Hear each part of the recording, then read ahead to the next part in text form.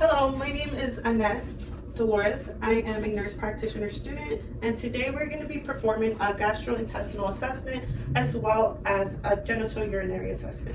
And can I ask what your name is? Yes, my name is Luis. Okay, how old are you, Luis? I am 18 years old. Okay, and can you tell me what today's date is? Today is the 31st of June of 2023. Perfect. And I see that your parents are over here in the room. Would you like your parents to stay or step out the room for the assessment? They can step out, it's fine. Okay, so my patient, his name is Luis. He's an 18-year-old male, and he prefers for his parents to step outside of the room for the assessment. So we already checked his vital signs. His vital signs were normal. His heart rate, blood pressure, oxygen level, temperature were all normal. So now I'm going to ask him a little bit about his medical history. Luis, are you allergic to anything? No, I am not. Okay. Are you on any daily medications? I'm not on medications. No. Okay, and do you have any medical problems, any medical conditions? I do not. Okay, so Luis is not allergic to anything. He is not on any medications and has no past medical history. Any surgeries in the past? No surgeries. And no surgeries. Okay, perfect. So the patient is age appropriate. He is seated upright and no acute distress. He is alert and oriented. He is well nourished, dressed appropriately with good hygiene. He is also well developed. His skin looks like a medium brown color, which is appropriate for his ethnicity. I do not see any cyanosis, no jaundice, no pallor. So now we're going to begin. I'm just going to wash my hands, okay, Luis? Good. Okay, so we're going to begin by inspecting his abdomen. So I'm just going to ask you to lay down for me.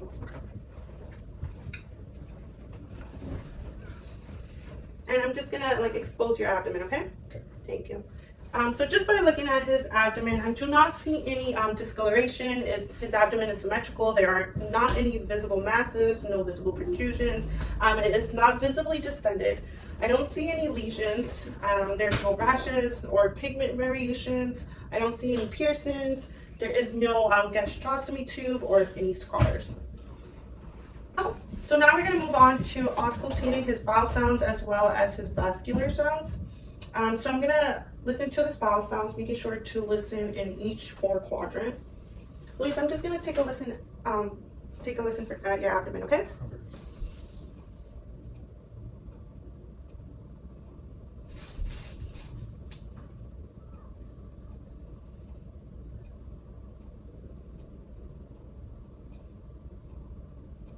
Okay, perfect. So his bowel sounds are normal active. And we're going to move on to auscultating his vascular sounds. So I'm going to listen to his aorta, which is right above the umbilicus. I'm also going to listen to his renal arteries, which is lateral to that. And we're going to move on to the iliac arteries, which is lateral to the umbilicus, and his femoral arteries, which is right near his groin. I'm going to take a listen again, all right? So we're listening to the aorta. We're listening to the renal arteries. Move on to the iliac arteries. And lastly, I'm going to listen to the femoral arteries.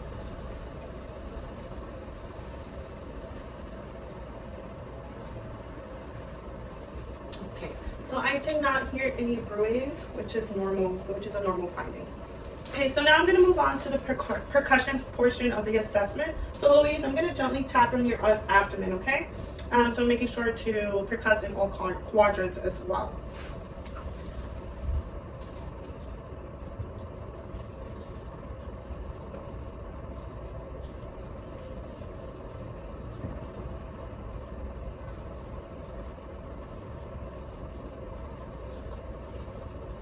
Okay, so all areas are tympanic. So now I'm going to percuss the liver, which is, we're going to start below the umbilicus. I move up vertically at the mid-clavicular line on the right side. And I'm going to stop once I hear dullness.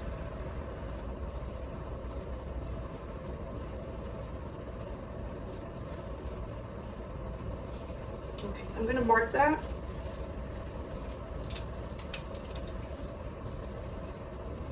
Perfect, and now we're just going to start by the nipple line and move down until I also hear dullness.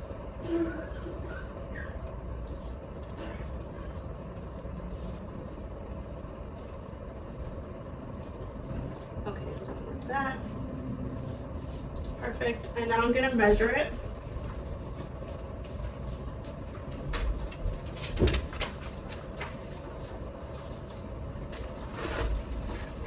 And that's approximately 9 centimeters, which is normal for a male patient his age. Now I will move on to percussing his spleen. So we're gonna start at the level of the 5th intercostal on the left midclavicular line and move upwards.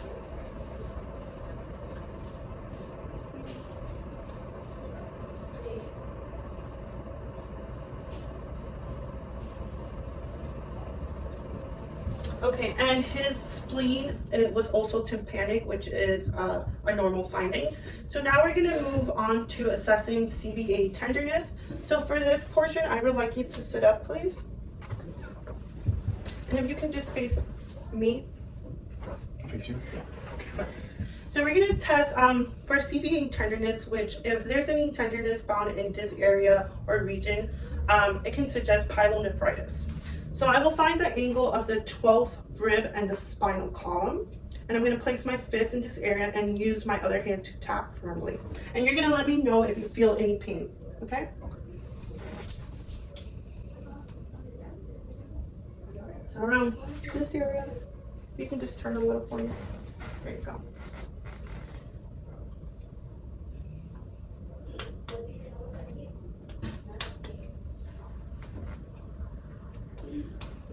Okay. Did you feel any pain? I did not. Okay. So Luis didn't feel any pain, which is a normal finding. If he were to experience any tenderness or pain, this, like I said, would suggest pyelonephritis. We're gonna move on to the palpation part of the assessment. So I'm gonna press on your abdomen, okay? So we're gonna start with light palpation and then move on to palpating with 2 hands. And you let me know if you feel any pain or tenderness. Okay.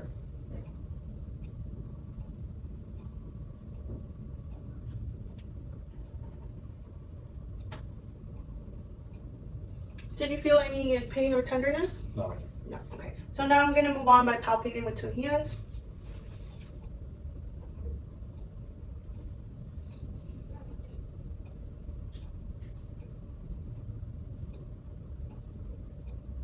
Did you feel any tenderness? No, I didn't. Okay, good. So the patient didn't feel any tenderness. I didn't feel any masses. There was no guarding and no distension was noted.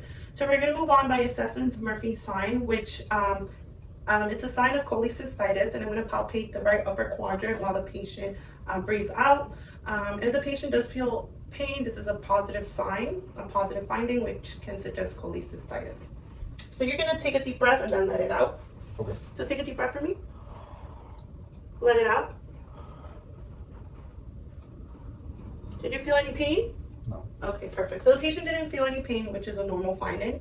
Now we're gonna move on to testing for rebound tenderness, which if the patient does feel any pain, it could suggest peritoneal irritation. So I'm gonna palpate the abdomen and quickly release. And then if the patient feels pain when I release, then this is a positive sign, okay? Did you feel any pain? No. Okay, perfect. So the patient didn't feel any pain, which is a normal sign. So now we're going to test for the obturator sign. So this, if the patient does feel pain, is a positive sign for appendicitis.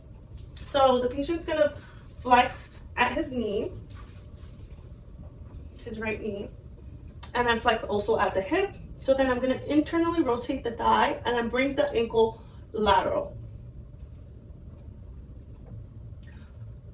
This will put pressure on the appendix, and if the patient experiences any pain in the right lower quadrant, then this is a positive sign for appendicitis. You let me know if you feel any pain. Did you feel any pain when I did that? I did not. Okay, perfect. So the patient didn't feel any pain, which is a normal finding. So now I'm gonna palpate the aorta, and we're gonna check to see if there's any aneurysm.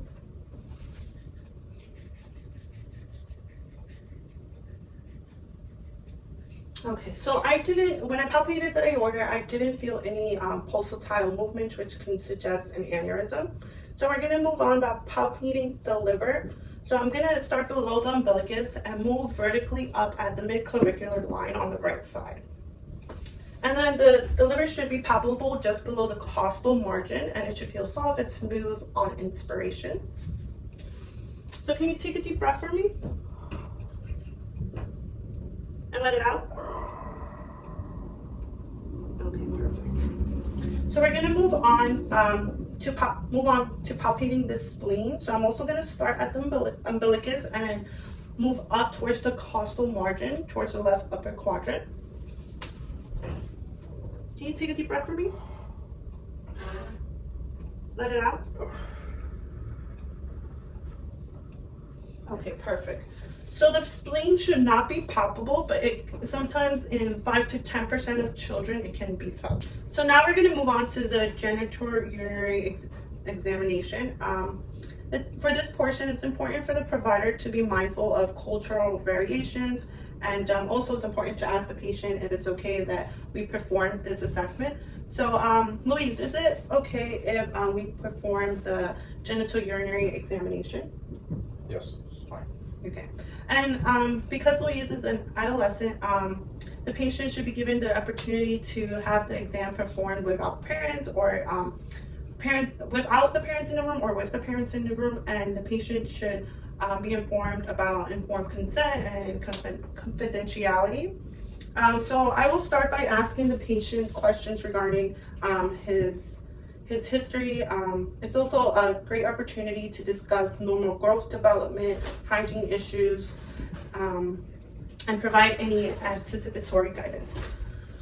Okay, so I'm gonna start by asking you, Louise, are you experiencing any testicular pain or any swelling or any penile discharge? I am not, no. Okay.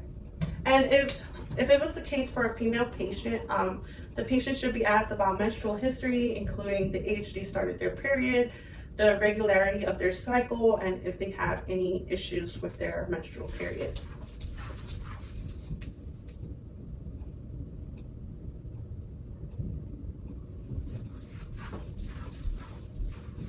So for both female and male patients, the provider should ask about their sexual identity, their gender expression, and if they are sexually active, the number of partners they have, the type of sexual activity, and if they are using any contraceptives. So for a male patient, the genitourinary examination consists of inspection and palpation. So this includes inspection and palpation of the penis, the foreskin, the urethral meatus, the scrotum, the testes, and also inspection of the perineal skin, the status of the perineal skin. The testes should be compared bilaterally for any size difference, any difference in shape, any difference in consistency, and any presence of masses or if any pain exists. For female patients, inspection includes assessing the condition of the clitoris, the urethra, the labia majora, and the labia minora, and as well as the hymen. Genitalia should be inspected also for swelling, any lesions, any warts, and any inflammation or discharge. Normal findings for external genitalia for females should be pinkish in color with no discharge. Also important to assess for sexual maturity using a scale called Tanner staging. So the Tanner stages is a scale of physical assessment development for both boys and girls. For boys, in male patients, the provider should look at the growth spurt, testicular size, the size of the penis, and as well as pubic hair. For female patients, the provider should look at the breast size, also growth spurt, and their pubic hair and the start of their menstrual period. I'm going to discuss the stages of Tanner staging. So in stage 1, for males, the testicular volume is less than 3 millimeters. For females in stage 1, they have no pubic hair, and their breasts, they have a slight elevation of papilla only. Moving on to stage 2, the testicular volume is still less than 3 mLs for males, but there is a change in texture to the scrotal skin. There is sparse growth chiefly along the labia and for females, and then for males it's usually at the base of the penis. And then for females, this is when they start experiencing the breast bud stage. For stage 3, in males there's an increase in size of the penis with further testicular enlargement. Their hair for both females and males is darker, coarser, and more curled. And then for females, their breasts start enlarging, as well as their areola.